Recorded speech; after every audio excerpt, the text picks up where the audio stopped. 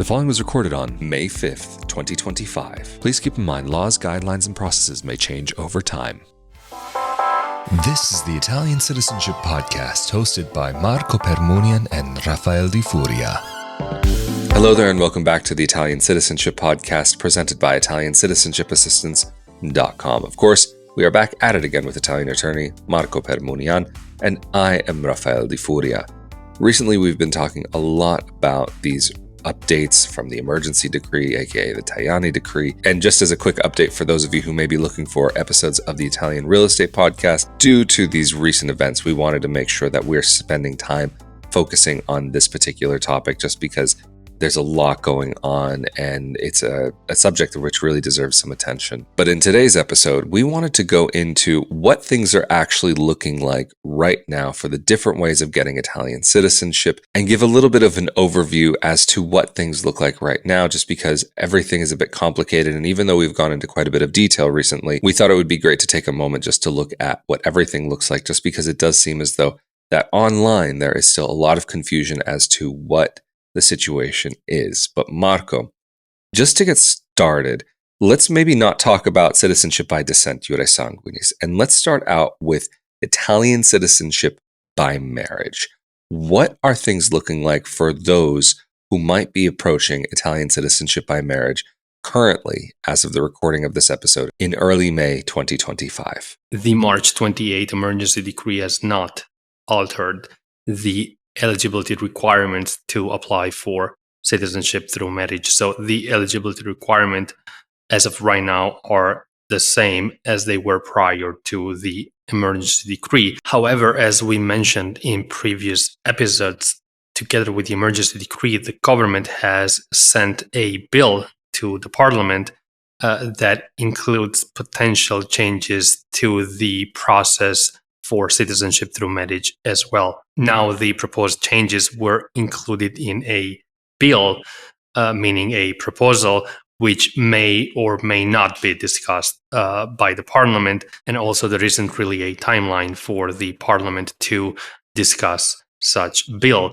Now, the provision that is regarding citizenship through marriage that was included in this bill is regarding a residency requirement, which the government would like to establish for people seeking citizenship through marriage. And to clarify these proposed changes regarding citizenship through marriage, the emergency decree didn't include any provisions regarding citizenship through marriage. So the emergency decree was exclusively about citizenship by descent. Now, together with the emergency decree, the government created a separate document, which is a law proposal or bill that was also submitted to the parliament, which may or may not come into effect. And like I said, there's no timeline for the parliament to discuss this bill. So it's something that is completely different from the emergency decree, which is now being reviewed by the parliament, because by law, the parliament needs to review an emergency decree within 60 days from the date of issuance. And on the contrary, the parliament at the moment is not reviewing the bill that includes these proposed changes to citizenship through marriage. So as of right now, the rules are the same. Individuals who are married to an Italian citizen can submit their citizenship application after 2 years from the marriage if the couple resides in Italy, or 3 years from the marriage if the couple resides outside of Italy. And of course, if the couple has minor children, that time is cut into half. So it's possible to apply for citizenship through marriage after 1 year or 1.5 years, respectively, from the date of the marriage. Well, very interesting, Marco. And I guess given the circumstances and the how pressing this matter is and how at the forefront Italian citizenship by descent is, given this emergency decree, that citizenship through marriage might not come in the same category. But a quick question, have there been any changes of any kind, or is there anything that we should know about the residency and the residency permission to be able to remain in Italy as the spouse of an Italian citizen? In this proposal regarding potential changes to citizenship through marriage, there was nothing regarding the residency permit for spouses. So it looks like there isn't even a proposal regarding that specific topic. So we can expect the rules not to change in any way in the future regarding people who want to apply for the spousal permit, meaning an individual who is married to an Italian citizen can expect to be able to obtain the residency permit for spouses by using the same rules that were in effect in the past years. So it will be possible to get it fairly easily and quickly upon relocation to Italy with the Italian spouse. And as I said in many other videos, the spousal permit is a very valid alternative for those people who cannot pass the language test that is required to apply for citizenship through marriage. Well, thank you, Marco, for talking about citizenship through marriage and how things are looking like. But on to the next topic, citizenship through a 1948 case, before we get into proper iure sanguinis and the minor issue and so on. How has this recent emergency decree affected those or not affected those who may or may not have a 1948 case? The March 28 emergency decree has temporarily established a generational limit for people seeking dual citizenship, regardless of whether it's citizenship by descent, meaning an application submitted via a consulate or an Italian municipality, or a 1948 case.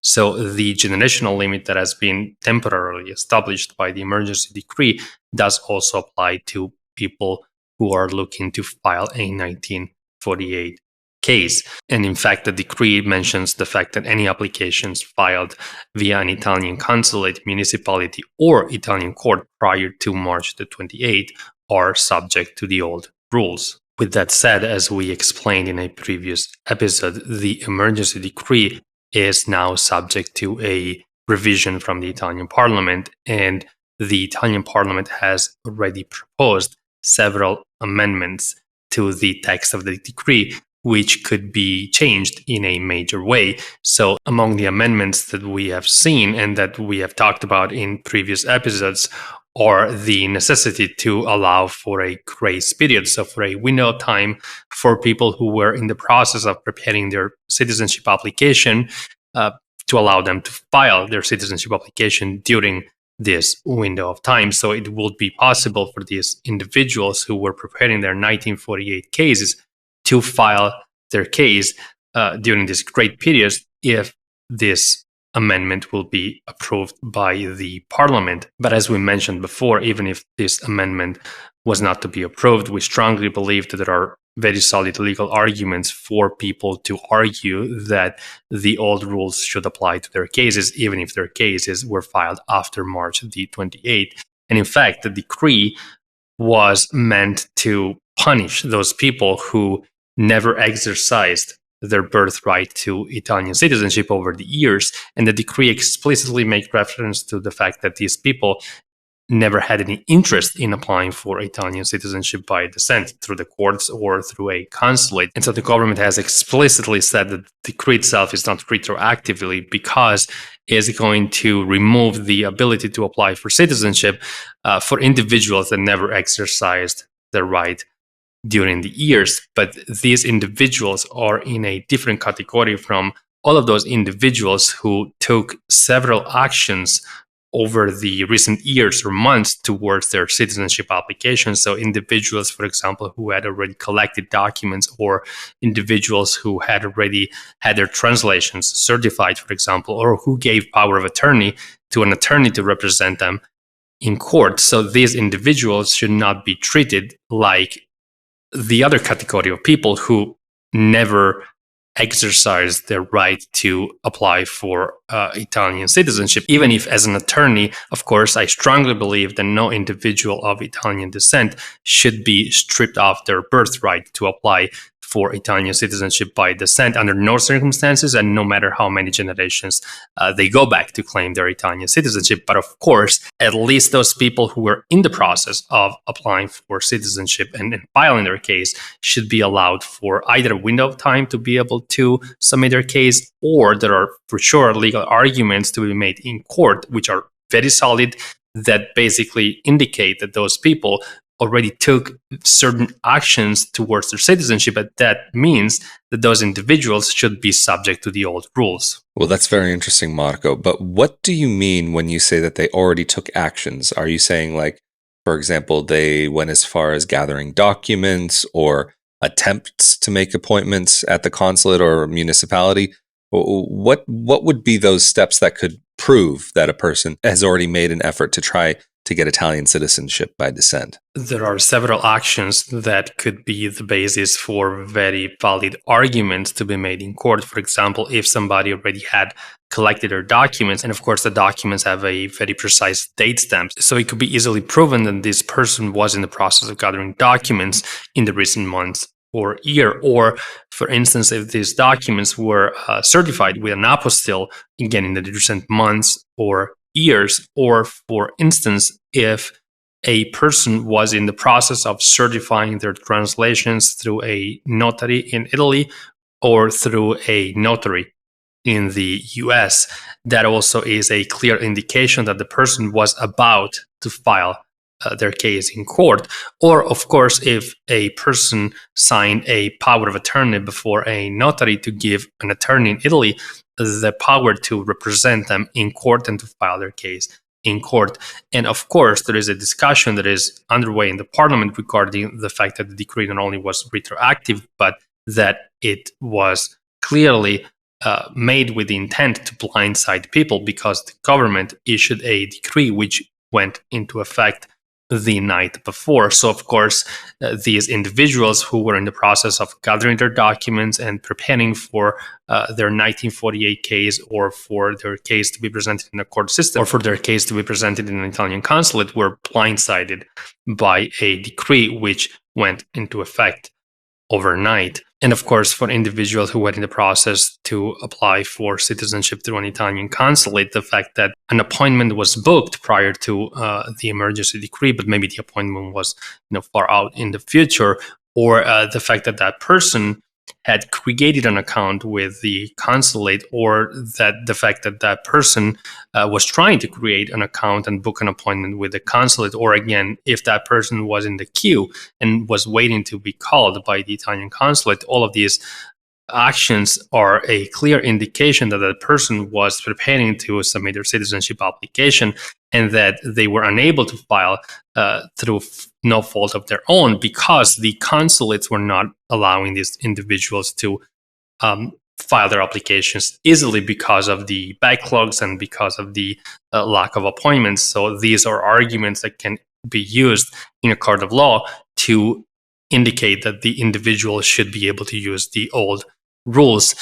But also there is, in the discussion that is happening in the parliament right now, a proposal to amend the decree in a way that would allow people that can show that they did one of these things, and more precisely that they booked an appointment, or that they were trying to book an appointment, to be able to use the old rules. But going back to 1948 cases, I think it's important to mention that there is also a separate bill, so a simple proposal that will be examined by the parliament in the future separately from the decree, and which of course may not even be examined ever, with which the government wants basically to reform the whole system and allow for individuals who have a 1948 case to file their case, and no longer to the courts, but rather through a central entity which will be created within the Ministry of Interior in Rome within a year from when this proposal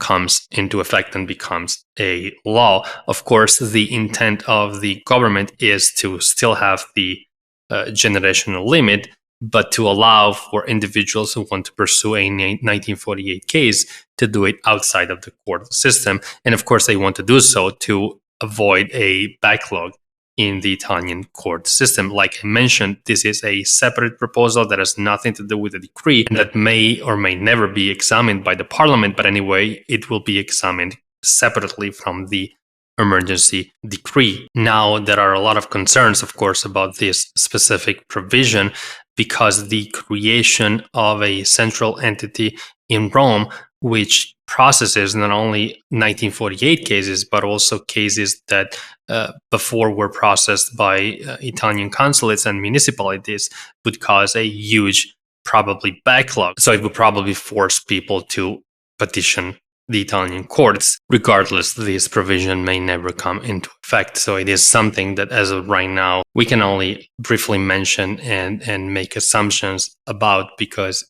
it may never become a final provision. Well, that's very interesting, Marco, especially about this potential backlog if there were a central office created that might force an individual to go through the courts regardless. Is this to do with the law or rule that a person has to receive a response within a certain amount of time if they're making a request? Correct. Of course, if the processing time becomes unreasonable, or even if the access to that office becomes difficult, a person would be entitled to protect their rights in the court system. Well, that's absolutely fascinating. And Marco, just to move on, and before we get into the whole minor issue, maybe if we talk just briefly about normal iure sanguinis, citizenship by descent, what is that looking like as of early May 2025? What are the current rules for Italian citizenship by descent?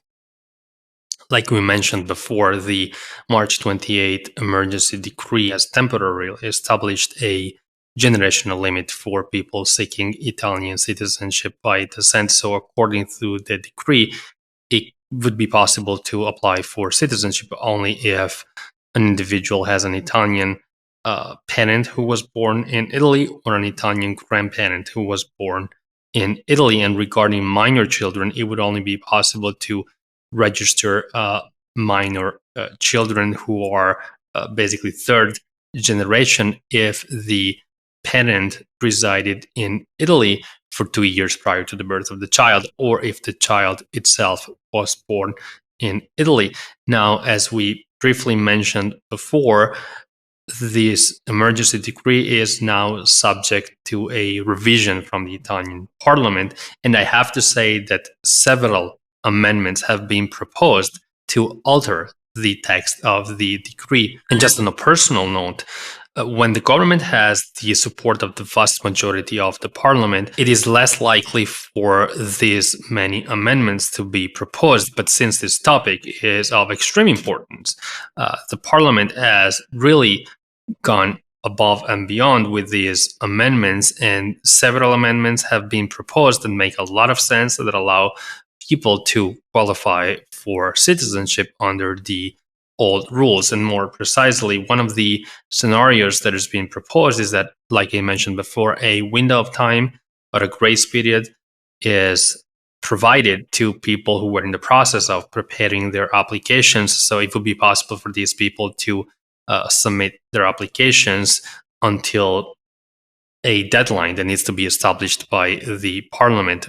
Also, another proposal was to allow people who can prove that they secured an appointment, or that they submitted their applications prior to March the 28th, even if the application was incomplete. So these individuals would be able to qualify by using the old rules. There is also a proposed change that would allow individuals who are third generations to be able to qualify for citizenship by descent as long as they pass a language test. Regarding minors, it is being proposed that it's simply sufficient for an Italian parent to register their minor child prior to the child turning either 2 years old or 18 years old through the consulate, on the condition that the parent is registered with the AIRE and that the parent is a recognized Italian citizen, even if the parent was not born in Italy. So that would allow basically Italian parents to register their minor children fairly easily, and would remove the limitation that was established temporarily by the March 28 decree. All of these proposed changes are aimed at allowing more people to qualify for citizenship by descent. But like I said before, as an attorney, I believe that it is unjust and unfair to strip somebody of their right to apply for Italian citizenship by descent, regardless of the number of generations or regardless of whether they were in the process of preparing their application for Italian citizenship. And there are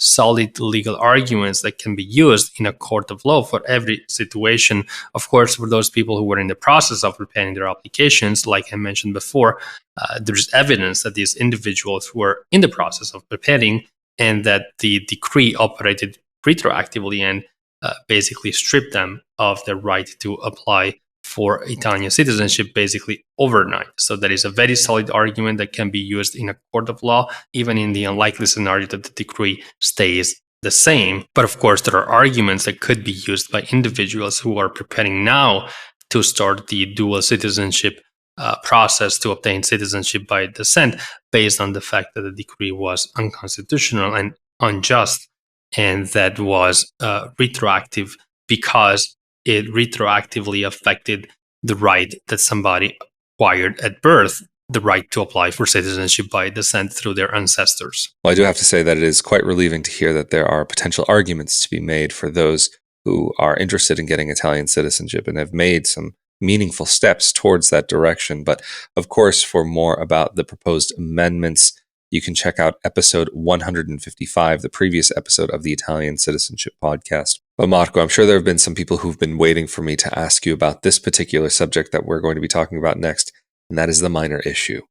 Under the current emergency decree, as the laws stand today, as of the time of this recording, what is the situation for those who have been facing this minor issue? Is the minor issue still a problem under this decree? As I mentioned before, the decree is now subject to a review from the Parliament, and several amendments have been proposed to potentially change the text of the decree. And one of these amendments establishes that it would be possible for people who have submitted their applications prior to a certain date to be able to use the old rules, the ones that established that there was no generational limit. But in addition to that, it would also be possible to use the rules that were in effect prior to October the 3rd, which is when the ministry issued the circolare regarding the minor age. But regardless, it is also being argued that the way in which the decree is currently phrased,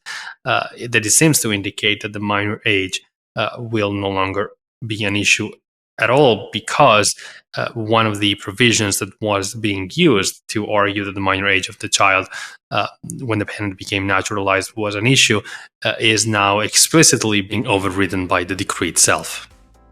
Very interesting, Marco. And of course, just to confirm, you mentioned that this has to be done, this has to be completed and turned into law within 60 days of the issuance of the decree. So that would put that at the end of May, correct?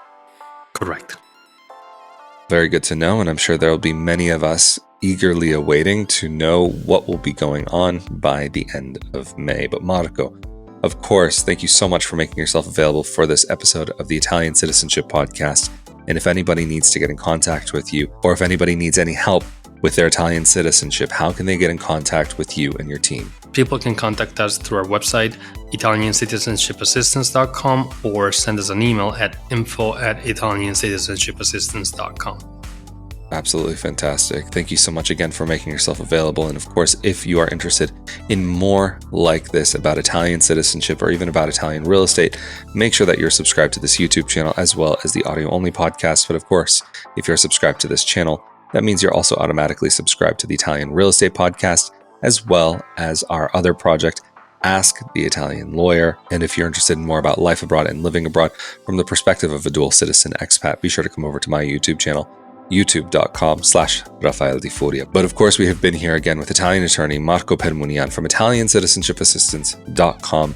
I am Rafael Di Furia. This has been another episode of the Italian Citizenship Podcast. Thank you so much for joining us. Stay safe and healthy out there, and we'll see y'all next time. Thank you. Thank you.